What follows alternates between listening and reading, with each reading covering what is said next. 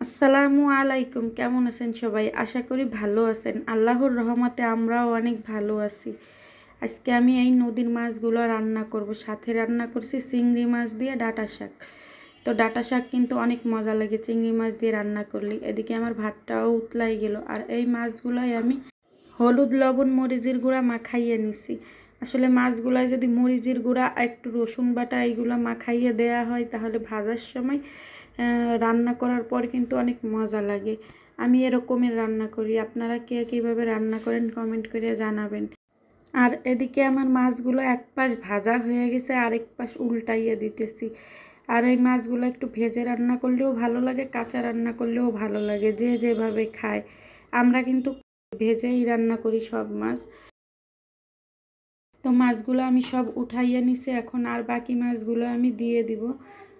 একটু সাবধানে দেয়া লাগবে, না হলে হাতে তেল ছিটে আসতে পারে। মাছগুলো অনেক সুন্দর করে ভেজে নিলে কাঁটাগুলো নরম হয়ে যায়, খাইতে কিন্তু ভালো লাগে। আর আমার আবিদ কিন্তু এই মাছগুলো অনেক পছন্দ করে, এই জন্য ওর জন্য আর একটু বেশি ভালো করে ভাজি যাতে কাঁটাগুলো নরম হয়ে যায়।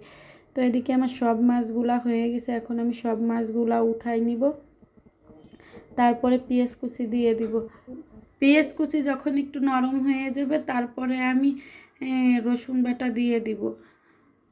রসুন বাটা দিয়ে এখন কিছুক্ষণ কষানোর পরে এখানে আমি মরিচের গুঁড়া, লবণ, ধনিয়ার গুঁড়া, জিরার গুঁড়া দিয়ে দিছি, সব কিছু পরিমাণ মতো, হলুদও দিছি।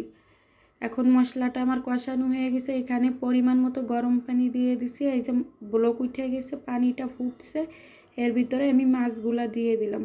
মাছগুলো দিয়ে একটু সাবধানে নাড়া দেওয়া লাগবে, অবশ্য জোরে নাড়লেও ভাঙবে না, মাছগুলো ভালো ভাজা হয়েছে এই জন্য। তো এখন আমি মাছগুলো ভালো করে উল্টাই দিচ্ছি, বারবার কিন্তু একটু উল্টাই পাল্টাই দেয়া লাগবে।